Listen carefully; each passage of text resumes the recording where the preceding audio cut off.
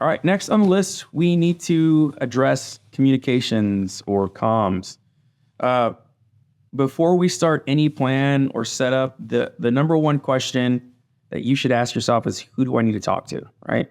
And then you branch off from there. So clearly we want to talk to guys in our group or each other when we're out, right? Yeah, I mean, the days of like the whole hand and arm signals and pointing and dude, those days are over. Gone. Yeah, that's about one of the most annoying things for me. 100%. No one ever knows what the hell you're talking about. And then you got to take your hands off the... Yeah. I mean, you can't. Yeah. So in technical terrain, good luck. Right. So I think for most of us, if not the entire country, we depend heavily on our cell phones. Yes. Which you can use. Absolutely. So I have a product here that you also run, and that's the Cardo, right? Yep. It's the Cardo Pack Talks, or the Pack Talks, or now they have the Edge. They're different brands, but they're all virtually the same. And they Bluetooth to your phone, and you manage them in that manner. So you can give voice commands, all that stuff. It'll read you your text in your ears. It's all hands-free, so you're not trying to do hand signals and your hands remain on there, and that goes straight to your helmet and speakers in your ear. So what my favorite part about them is they use their own dynamic mesh system. So you and I can be connected with 3 or 4 other people if we want. I think you can go up to like 12 riders on one, and then the next person could, in your group, could pair 12 more riders, and I can pair 12 more. So it's just bounces, right? Yeah. So the nice thing about that is so you and I, we're riding together, our buddies join us, and then as they leave and we go a different route, we stay connected, and then they stay connected. So it's not daisy chain per se, because the chain never breaks. Yeah. But another nice thing about it too is it Bluetooths to your cell phone. So while you're riding, you can give voice commands to call. You can have it read text to you. I play the XM radio in it. Yep. You can play radio over it, or you can play, a playlist off of your phone or anything like that. So really convenient. Yeah. There's other actually funny too. Yeah. Because there's been several times we're falling and you hear everything. Well, and all the breathing you're at. Well, here's the best thing. All the like farkles and luxuries of that aside, the best part about it is you and I can have a conversation while we're riding. And then it also comes to safety. So if we're following each other on a single track or double track trail, we can say, hey, watch for this. I just passed this. There's a big hole in the right, something to keep the next person, especially if it's dusty, that they may not see what's coming up ahead. Now, also coming around corners, hey, there's a on the back roads where, up in the mountains. You probably have a video. Remember when we were coming through here when you almost hit that stump, or you did hit that stump? Yeah. So you called that out too. So yeah. So it's great for safety, and let the whoever the lead guy is to let you know, hey, watch out for this. Yep. Or, if I'm ahead or you're ahead and I fall down or you fall down, hey, I'm down, hold up, Right. 100%. Whereas if I'm focused and I'm ripping, then I'm not going to know that you're gone. Right. You can't always check your mirrors when you're laser focused on what's in front of you. Or if it gets super dusty or silt. Yeah. Comms are super important. What's the network that you use? What's it called? It's a dynamic mesh network. Dynamic mesh. It's proprietary. Yeah. Well, the two main companies are Cardo and Senna. Okay. And I've used them both, and in my opinion, the Cardos are just more user friendly, and they honestly invented the dynamic mesh network. Okay.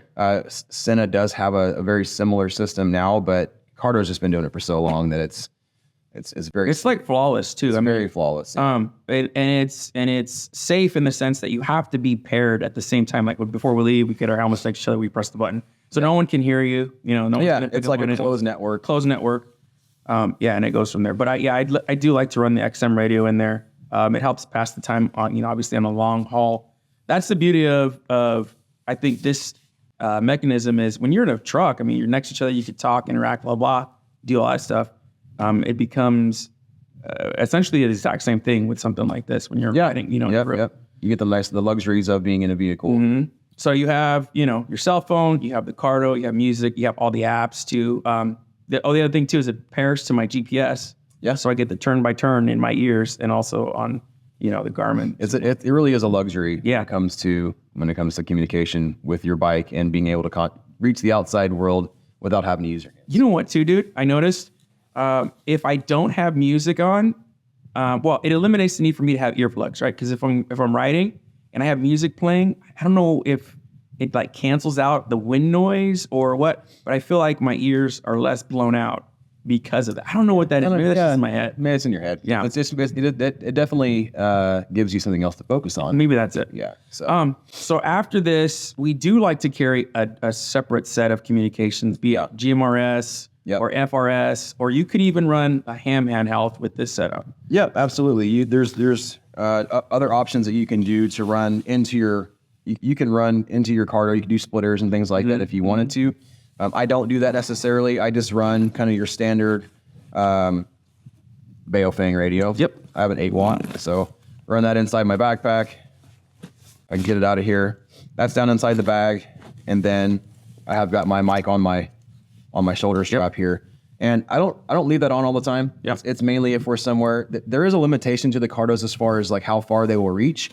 So if I'm going to run ahead and scout something, like, hey, I'm going to run up, check this out, make sure that we're not all going to go up and have to turn around. I'll run up, turn the radios on, make sure we're on the same channel and say, hey, it's all clear. Hey, don't come up here. I'll be right back down. Absolutely. So it's a good way for your scout unit to go out and check out some terrain. It's also good, which we used recently, talking to medical personnel. Helicopters. Yeah, medical personnel. So those types of radios are kind of a must to have. You don't have to carry something like that necessarily as far as the UHF, VHF radio, but having even just a regular like Motorola style is better than nothing. So I think it's very important to not tell the whole story, because we already did on one of the other episodes about the Arizona BDR and that incident. But you told me something I thought was really cool and even shocked the pilot of the helicopter. So why don't you go ahead and line that out, because that's really cool. Yeah, so having a radio that can talk to police and fire and medical personnel can be helpful in that situation, especially if you have experience with it. And my backstory or my past experience, I was military for 13 years and then law enforcement for almost 10. So I've had a little bit of experience on the medical and the dispatch side.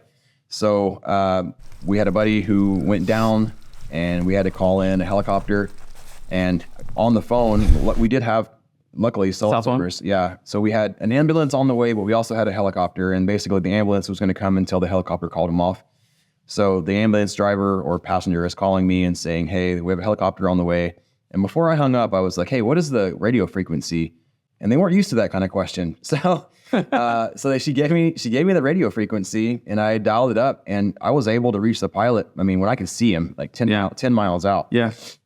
We were in a nice flat area, but it's dark, right? Yeah, it was totally dark. We had a flashlight it was just a lantern to basically give them an LZ. And most pilots are going to know where to land. And most of the time, especially if the terrain is nice and flat or whatever.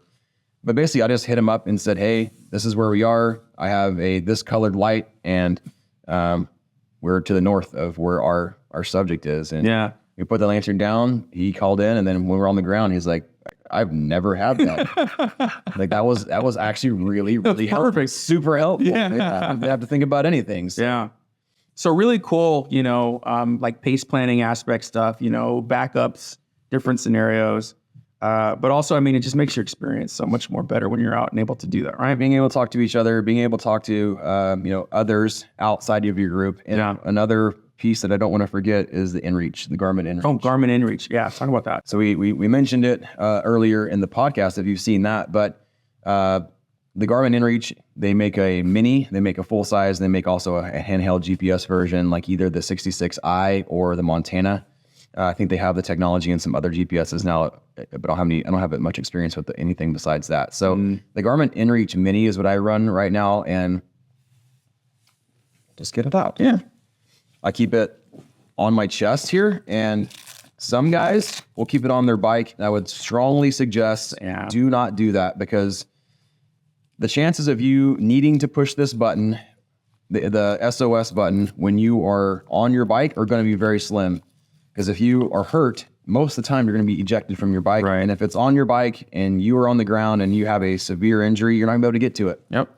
So Garmin inReach Mini, nice and small. Again, I keep it right here on my chest when I'm riding. But you can link this to your cell phone or have it as a standalone item.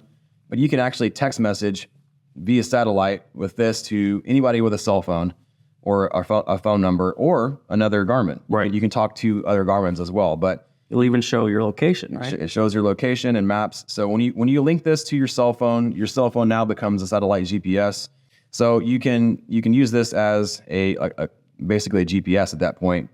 And the nice thing about this is not only does it have the SOS function, which that's the best thing about it. Yeah. But when you're out and you don't have any cell service, it turns your cell phone into a satellite communicator. So you can text message. Yeah. Your loved ones, your friends, whatever you need to do. Say, hey, this is my location. This is where I'm at.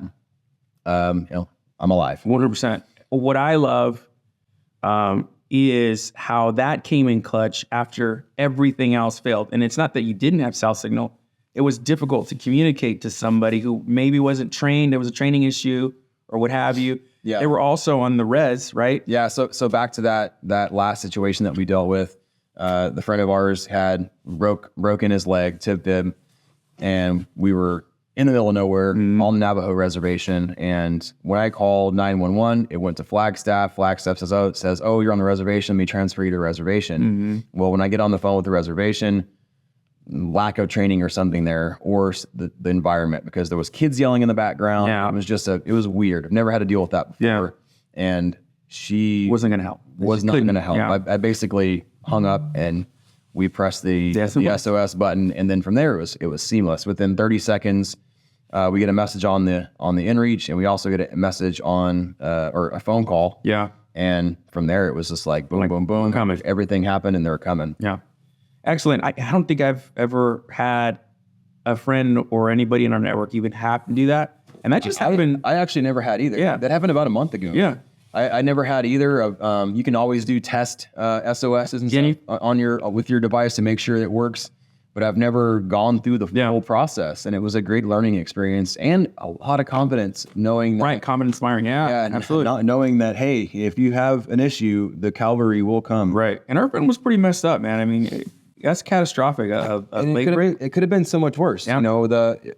He could have had a neck or a back injury where he could not move him or anything like that. So he was fortunate to only have what happened. Right. And we were also the terrain dependent. The terrain was nice enough to where we didn't have to carry him to a location where a helicopter could get to him. We could land right there and just get him out. What is the insurance required for that? Because I mean, landing a helicopter is going to be tens of thousands of dollars in that bill. Right? Absolutely. So when you subscribe to the Garmin inReach service, it ranges anywhere from $11.99 a month for just a couple of messages use a month up to $50 a month for unlimited messages. Now, that's just your messaging and your SOS plan. That will get somebody coming. The problem is some counties and some search and rescue, they'll actually charge you if they have to come get you, because it's a lot of resources, especially when you involve a helicopter or anything else. And, there's other insurances you can get out there with LifeFlight, SkyMed, all those others. But what Garmin provides is, I think it's $25. It may have gone up since I looked at it last, but in that realm, it's affordable. How about that? We'll say that. It's very affordable, an insurance policy, and it covers up to $100,000 of search and rescue service. So if you have other insurance that covers that, great, but why not spend the extra little bit of money to know that when I push this button, it doesn't matter how much it's going to cost. Chances are $100,000 is going to cover you for that additional Whatever that is. Yeah. So who do you need to talk to? That's really the question that you need to answer. Is it just in your helmet? Do you talk to a helicopter to get airback? All those layers of preparedness are just going to make it more enjoyable, but also safe. And as we always say, 2 is 1 and 1 is none. That's true. So that's the truth, dude. If one fails, at least you have a backup. 100%. So I think that's basically it for comms, yeah? Yeah, comms covered. Cool. So we're get on to the next episode. See you in the next one.